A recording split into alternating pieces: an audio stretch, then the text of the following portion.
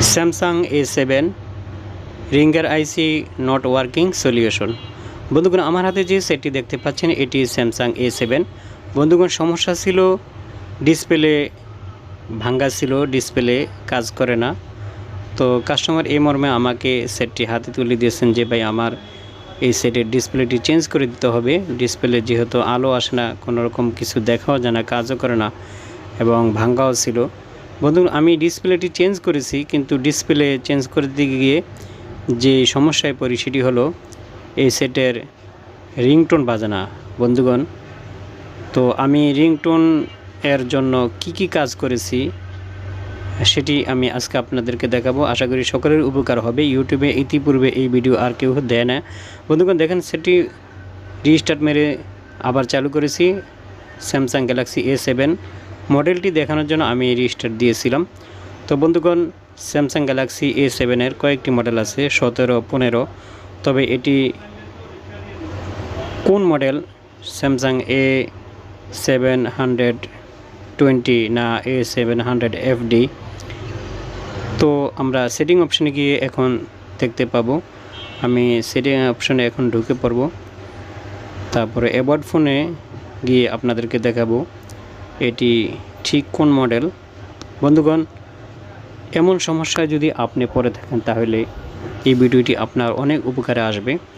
আমি এই সমস্যার সমাধানের জন্য ইউটিউবে অনেক ঘাটাঘাটি করেছি, কিন্তু কোনো ভিডিও পাই না। তো যা হোক, শেষ পর্যন্ত যেভাবে কাজ করেছি সেটি আমি আপনাদেরকে দেখাবো। এই যে দেখেন মডেলটি আমি আপনাদেরকে দেখাচ্ছি। যদি কেউ ঠিকমতো না দেখতে পারেন তাহলে আমি এখন জুম করে দেখাবো। এই যে দেখেন স্যামসাং A700 FD, ঠিক আছে, 6 ভার্সনের। একটু নিচের দিকে আসলে আমরা দেখতে পাবো 2017, ঠিক আছে, নিচে লেখা আছে 2017। এই যে দেখেন নিচে লেখা আছে 2017। তো যাই হোক বন্ধুগণ, আমি এখন সেটটি কিভাবে রিংটোনের কাজ করেছি সেটা আপনাদেরকে দেখাবো। রিংটোন ভাজিয়ে দেখেছি। এই যে দেখেন রিংটোন ভাজতেছে। বন্ধুগণ, যখন আমি ডিসপ্লে লাগাইতে যাই তখন কিন্তু রিংটোন ভাজে না। কাস্টমার সাথে এমন কোনো কথাও ছিল না, কাস্টমারও জানে না বলতেছে। তো বন্ধুগণ, কেন রিংটোন ভাজে না, আমি সেটটি ফুল ডিসেম্বলি করার পর যে প্রবলেমটি পেলাম সেটি আজকে আমি আপনাদেরকে দেখাতে চাচ্ছি। তো বন্ধুগণ, সেজন্য আমাদেরকে কি করতে হবে, ডিসপ্লেটি অ্যাট ফার্স্ট রিমুভ করতে হবে। বন্ধুগণ, রিমুভ করার পর দেখবেন যে মাদারবোর্ডটি আছে না, ঠিক উপরে ডান পাশে দেখবেন এরকম একটি কানেক্টর পাওয়া যাবে। বন্ধুগণ, এই কানেক্টরটি হলোই রিঙ্গার কানেক্টর। তবে এর সাথে আরও দুটি কানেক্টর যুক্ত আছে। সেটি হলো মাইক্রোফোন, যেটা সাউন্ড রেকর্ডারের জন্য ইউজ করা হয় উপরে, এবং আরেকটি কানেক্টর ইউজ করা হয় সেটা হলো ভলিউম আপ ডাউনের, ঠিক আছে। মোট তিনটি, অর্থাৎ রিঙ্গার, মাইক্রোফোন এবং ভলিউম আপ ডাউনের একসাথে এই কানেক্টরটি তৈরি করা হয়েছে, এখানে যুক্ত আছে। বন্ধুগণ, এই কানেক্টরটি রিমুভ করলে বন্ধুগণ এমনটি দেখা যাবে। এই যে দেখেন, এখন আপনাকে যেটি করতে হবে সেটি হলো এতগুলি লাইনের মধ্যে ঠিক কোন দুটি লাইন রিঙ্গারের সেটি বার করতে হবে। বন্ধুগণ, আমি সহজ করে দিচ্ছি। এই দেখেন উপরে ডান পাশে যে দুটি লাইন আছে সে দুটি হলো রিঙ্গারের লাইন, ঠিক আছে। অযথা এই যে বাম পাশে যতগুলি কম্পোনেন্ট আছে সেখানে ঘাটাঘাটি করবেন না। বন্ধুগণ, এর সাথে কোনো কানেকশন নাই এই দুটি লাইনের সাথে। বন্ধুগণ, এট ফার্স্ট আপনি মাল্টিমিটার নিয়ে মেপে দেখবেন যে এই দুটি লাইনের কোনো একটি মিসিং আছে কিনা। যদি মিসিং থাকে তাহলে জাম্পার টানবেন। কোন জায়গা থেকে কিভাবে টানবেন আমি আপনাদেরকে দেখিয়ে দিব, ঠিক আছে।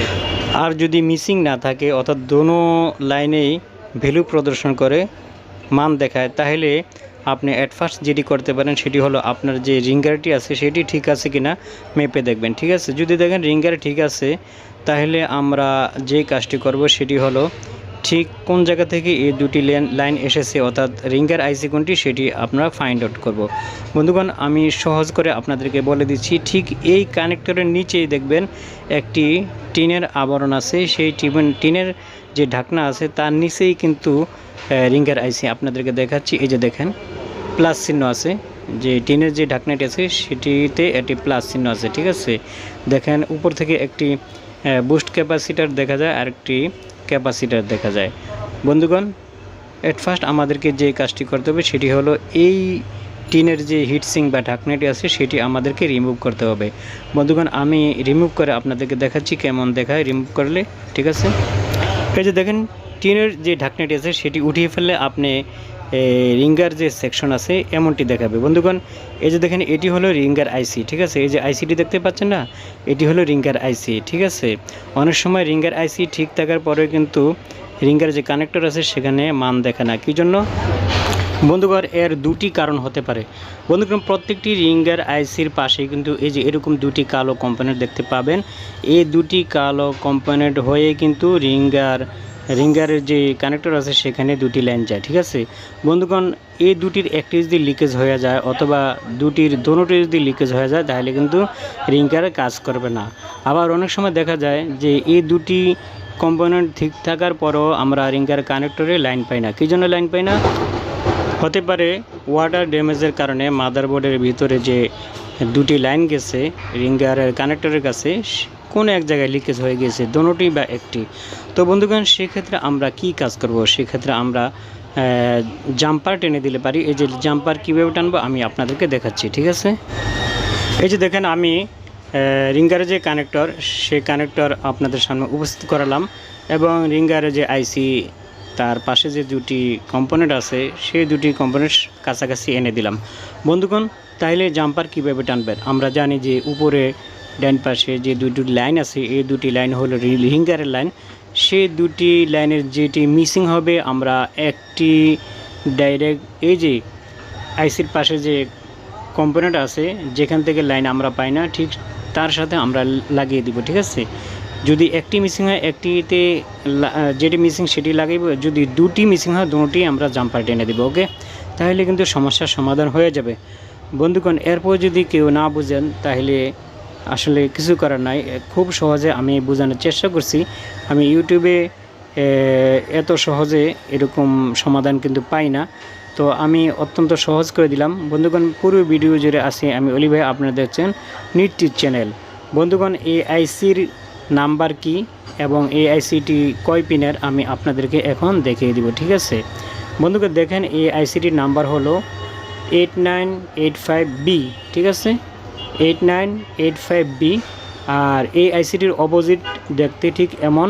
এই যে দেখেন বাম পাশে পুরো একটি লাইনে কোনো বল নাই। আসলে আইসিটি এমনভাবে তৈরি করা হয়েছে। বন্ধুগণ, এই আইসিটি উঠানোর পূর্বে অবশ্যই আপনার মোবাইল দিয়ে একটি ছবি তুলে রাখবেন যে এটার নোজ পয়েন্ট কোন সাইডে।